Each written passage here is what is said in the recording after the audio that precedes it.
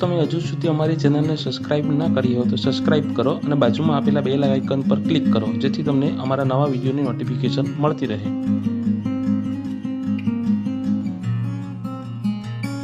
વિદ્યાર્થી મિત્રો, આજના વિડીયોમાં આપણે ઉદાહરણ નંબર 4.11 જોશું। થોડો મોટો દાખલો છે અને એ આખો પણ પૂછાઈ શકે અથવા તો એમસીક્યુ ની અંદર એના નાના નાના ભાગ કરીને પણ તમને પૂછી શકે। રકમ જોઈએ કે પાસ પાસે વીંટાળેલા 100 આટા વાળું અને ડેટા લખતા જઈએ તો આટાની સંખ્યા કેટલી આપેલી છે 100। 10 સેન્ટીમીટર ત્રિજ્યા, તો ગૂંચળાની ત્રિજ્યા r બરાબર 10 સેન્ટીમીટર, એને હું મીટરમાં કન્વર્ટ કરું તો 100 વડે ભાગું તો 0.1 મીટર થશે। એક વર્તુળાકાર ગૂંચળું 3.2 એમ્પિયર પ્રવાહ ધરાવે છે, તો I = 3.2 એમ્પિયર વિદ્યુત પ્રવાહ ધરાવે છે। તો ચાર ભાગની અંદર દાખલો છે A B C D। તો એ ભાગની અંદર શું કીધું કે આ ગૂંચળાના કેન્દ્ર પર ઉદ્ભવતું ચુંબકીય ક્ષેત્ર શોધો। વિદ્યુત પ્રવાહ આધારિત ગૂંચળું અથવા તો રિંગ છે, ગોળ છે ને, તો એ રિંગના કેન્દ્ર પર ઉદ્ભવતું ચુંબકીય ક્ષેત્ર શોધવા કીધું। હવે આપણે થિયરી જોઈ ગયા કે વિદ્યુત પ્રવાહ આધારિત રિંગ હોય તો વિદ્યુત પ્રવાહ આધારિત રિંગના કેન્દ્ર પર ઉદ્ભવતું ચુંબકીય ક્ષેત્ર બી નું સૂત્ર શું હતું? બી બરાબર μ0 ni upon 2r, જ્યાં r શું છે? રિંગની ત્રિજ્યા। અમારે આટલી વસ્તુની જરૂર પડે, n i અને r। તો n r અને i ત્રણે આપેલા છે, કિંમત મૂકો। μ0 ની કિંમત 4 પાઈ 10⁻⁷, n ની કિંમત કેટલી આપી છે?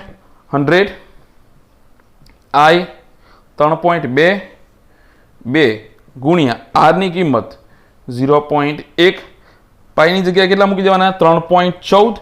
એ બધાનું તમે કેલ્સીની અંદર સાદુરૂપ આપો તો એનો જવાબ આવશે નિયરલી = 2 ગુણ્યા 10⁻³ 2 ગુણ્યા 10⁻³ ટેસ્લા। એકવાર તમે કેલ્સીમાં ચેક કરી લેજો। ચાલો, એ પાર્ટ પતી ગયો। બી માં શું કીધું? ગૂંચળાની ચુંબકીય ડાયપોલ મોમેન્ટ કેટલી હશે? ચુંબકીય ડાયપોલ મોમેન્ટ એટલે m શોધવાની। ગૂંચળાને શિરોલંબ સમતલમાં એવી રીતે રાખેલો છે કે જેથી તેના વ્યાસ સાથે એક રેખસ્થ એવી સમક્ષિતિજ અક્ષ પર મુક્ત રીતે ભ્રમણ કરી શકે। 2 ટેસ્લા જેટલું નિયમિત સમક્ષિતિજ। હવે આ જે હતું તે રિંગના કેન્દ્ર પર ઉદ્ભવતું ચુંબકીય ક્ષેત્ર। હવે ગૂંચળાને બીજી જગ્યાએ મૂકવાનું છે તો બાહ્ય ચુંબકીય ક્ષેત્ર છે, ખાસ ધ્યાન રાખજો આ, એટલે આ ઉપરનું બી લેવાનું નથી। તે કેટલું છે? 2 ટેસ્લા જેટલું નિયમિત સમક્ષિતિજ ચુંબકીય ક્ષેત્ર એવી રીતે પ્રવર્તે છે કે જેથી ગૂંચળું શરૂઆતમાં તેની અક્ષની દિશામાં રહે। ગૂંચળું કઈ દિશામાં રહેશે? તેની અક્ષની દિશા સાથે એક રેખસ્થ થશે અને ક્ષેત્રની અસર હેઠળ આ ગૂંચળું 90 ડિગ્રી જેટલું કોણાવર્તન કરે છે। એટલે ચુંબકીય ક્ષેત્ર અને ક્ષેત્રફળ સદિશ સમાન દિશામાં છે, એટલે કે પ્રારંભની અંદર θ1 પ્રારંભિક સ્થિતિમાં θ0 છે અને અંતિમ સ્થિતિમાં θ કેટલો થાય છે? 90 ડિગ્રી જેટલું ભ્રમણ કરે છે, એવું આની અંદર કીધું। તો આપણે તો શું શોધવાનું છે? ચુંબકીય ડાયપોલ મોમેન્ટ m। હવે n આંટાવાળું ગૂંચળું હોય તો ચુંબકીય ડાયપોલ મોમેન્ટનું સૂત્ર આપણે નેક્સ્ટ લેક્ચરમાં જોઈ ગયા, m = nia। તો ચુંબકીય ડાયપોલ મોમેન્ટ m = nia, જ્યાં a એટલે ગૂંચળાના ક્ષેત્રફળ સદિશ, તો એ શું થશે? πr² થશે, કેમ કે ગૂંચળું કેવું છે? વર્તુળાકાર। જો લંબચોરસ હતે તો શું લેતે? લંબાઈ ગુણ્યા પહોળાઈ એવું લેતે। હવે આ બધી વસ્તુ મારી પાસે છે હાજર, તો 100, i ની કિંમત 3.2, પાઈ ની કિંમત 3.14 ગુણ્યા r², r કેટલા છે? 0.1, એનો સ્ક્વેર તો કેટલા કરીએ? 100 ગુણ્યા 3.2 ગુણ્યા 3.14, 0.1 નો વર્ગ। હવે એનું તમે સાદુરૂપ આપો તો તમારો જવાબ આવશે નિયરલી = 10 અને એનો એકમ શું આવે? Ampere meter square. એ લાસ્ટ લેક્ચરમાં આપણે જોઈ ગયા। બી પોર્શન પતી ગયો। સી માં શું કીધું? ગૂંચળાની પ્રારંભિક અને અંતિમ સ્થિતિમાં તેના પર લાગતા ટોર્કના મૂલ્ય શોધો। પ્રારંભિક સ્થિતિમાં ટોર્ક 1, તો પ્રારંભિક સ્થિતિમાં ટાઉ = શું આવે? m ni ab sin θ એવું લખું તો પણ ચાલે, અથવા તો mb sin θ પણ ચાલશે, તો mb sin θ।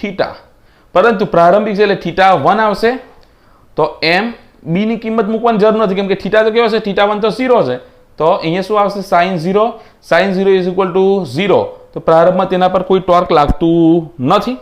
હવે અંતિમ સ્થિતિમાં તેના પર લાગતું ટોર્ક આપણે શોધીએ. અંતિમ સ્થિતિમાં ટાઉ 2 ઇઝ ઇક્વલ ટુ શું થશે? mb sin θ2 is equal to, હવે m અને b ની કિંમત મૂકી. m ની કિંમત ડાયરેક્ટ આપણે શોધેલી જ છે. હવે આ b કયું લેવાનું? બાહ્ય 2, અને અહીંયા શું આવશે? sin 90.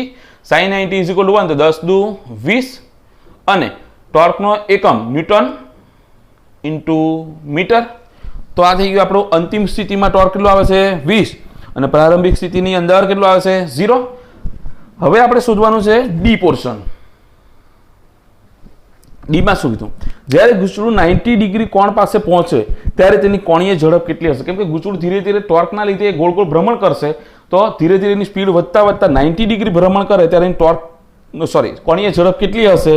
અને તેની ગુચલાની જડત્વની ચાક માત્રા I આપેલી છે. હવે I ની અંદર કન્ફ્યુઝ નહીં થતા, I આ પ્રવાહ છે અને ચાક માત્રાને પણ I વડે દર્શાવે. તે કેટલું છે? 0.1.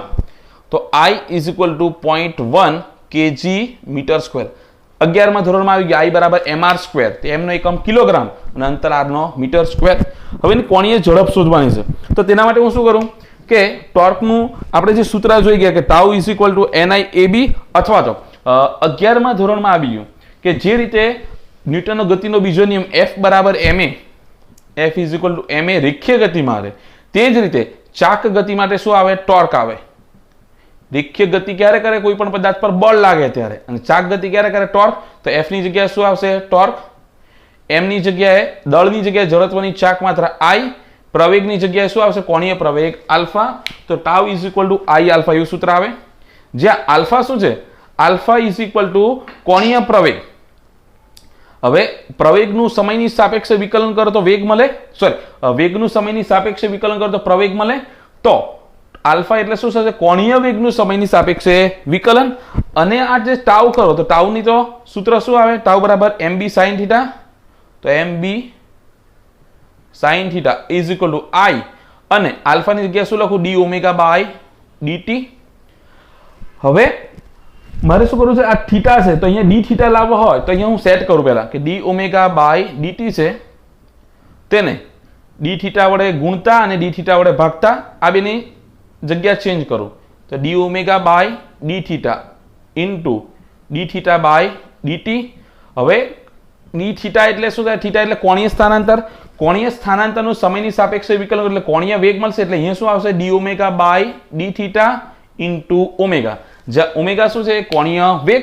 એટલે કે આ જે ખરું તેની કિંમત કેટલી આવી ગઈ? D theta d omega by d theta into omega. તે આપણે કિંમત મૂકીએ નહીં. હવે જે આ રાઈટ સાઈડ છે તેને લેફ્ટમાં લઈ લઉં તો શું થશે? I, પછી ડી ઓમેગા બાય ડીટી એની જગ્યાએ શું લખો? D omega by d theta into omega. અને જમણી બાજુ શું છે? mb sin થીટા. ડી થીટા ક્યાં છે? સામેની બાજુ ઉપર, અને I પણ સામેની બાજુ નીચે.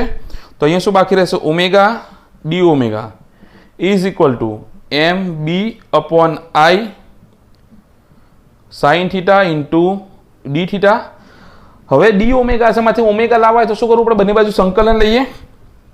તો સંકલન લેતા તો અહીંયા શું આવશે? Omega D omega.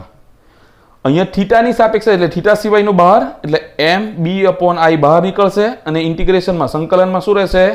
sin theta into d theta. હવે સંકલન થીટાની સાપેક્ષે એટલે લિમિટ જે ખરી તે થીટાના સ્વરૂપમાં હોવી જોઈએ. તો પ્રારંભિક થીટા કેટલો હતો? θ1 એટલે કે 0 ડિગ્રી, અને અંતિમ થીટા કેટલો હતો? 90 ડિગ્રી. અહીંયા ઓમેગાના સ્વરૂપમાં, તો પ્રારંભમાં તો એ સ્થિર છે માટે એની પ્રારંભિક ઝડપ કેવી હશે? 0, અને અંતિમ ઝડપનું ઓમેગા લઈ લઉં, અથવા તો ઓમેગા f ફાઇનલ લઈ લઉં. હવે સંકલન કરવાનું છે. ઓમેગાની કઈ રીતે એક ઘાત કહેવાય? તો સંકલનના નિયમ પ્રમાણે શું થાય? જે પણ ઘાત હોય તેમાં એક ઉમેરવાની, એટલે 1 + 1 એટલે 2, અને કુલ ઘાત નીચે લખવાની. એટલે એનું સંકલન થશે ઓમેગા સ્ક્વેર બાય 2, 0 થી ઓમેગા f. અહીંયા mb અપોન I. સાઇન થીટાનું સંકલન આવે માઇનસ કોસ થીટા. એ આગળ એક આપણે લેક્ચર ચલાવેલો જ છે કે સંકલન વિકલન, તે આપણે જોઈ લેવો જો બાકી હોય તો સાઇનનું સંકલન શું થશે? માઇનસ કોસ થીટા 0 થી 90 ડિગ્રી. હવે upper limit minus lower limit એટલે અપર લિમિટ એટલે ઓમેગા એફ લખવાનું, તો omega F square by 2 minus એકવાર ઓમેગાની જગ્યાએ 0 તો 0 સ્ક્વેર બાય 2. આ માઇનસને હું બહાર લઈ લઉં તો minus M B upon I. Upper limit minus lower limit, તો અપર લિમિટ શું છે 90 એટલે થીટાની જગ્યાએ શું લખવાનું 90 માઇનસ લોઅર લિમિટ કેટલા છે 0 એટલે થીટાની જગ્યાએ શું લખવાનું 0, તો અહીંયા 0 ડિગ્રી. હવે 0 ની છેદમાં કંઈ પણ હોય 0 થશે એટલે આ બાજુ શું આવશે omega F square by 2 is equal to minus M B upon I. Sine 90 0, sine 0 is equal 1, તો શું આવશે 0 માઇનસ 1 એટલે અંદર શું આવશે -1, માઇનસ માઇનસ પ્લસ થઈ જશે, માઇનસ માઇનસ પ્લસ એટલે omega F square by 2 is equal to M B upon I. 2 ક્યાં જશે સામેની બાજુ ઉપર, માટે omega F square is equal to શું આવશે 2 એમ બી અપોન આઈ. હવે આ તો ઓમેગા એફ નો સ્ક્વેર છે ને, તો વર્ગ સામેની બાજુ જાય તો શું થશે વર્ગમૂળ. તો omega F is equal to શું થાય under route 2 MB upon i. માટે omega F is equal to શું થશે અંડર રૂટ 2. m ની કિંમત m બરાબર કેટલા હતા આપણા 10, b બરાબર 2 અને i એટલે જડત્વની ચાક માત્રા. આ પ્રવાહ લેવાનો નથી, એ જડત્વની ચાક માત્રા આપણે કેટલી આપેલી છે 0.1, 0.1. તો અહીંયા શું થશે 2 દુ 4 ગુણ્યા 10 એટલે 40 અને નીચે 1 ના છેદમાં 10 એટલે છેદનો છેદ અંશમાં એટલે અહીંયા કેટલા આવશે 400. તો 400 નું વર્ગમૂળ કેટલું આવશે 20 અને કોણીય વેગ એનો એકમ શું આવે રેડિયન પર સેકન્ડ. તો ગુચળું જ્યારે 90 ડિગ્રી ભ્રમણ કરે ત્યારે તેનો કોણીય વેગ કેટલા આવશે 20 રેડિયન પર સેકન્ડ. તો આની અંદર આપણે 4 પાર્ટ જોઈ ગયા. તો આ થઈ ગયું આપણું ઉદાહરણ નંબર 4.11.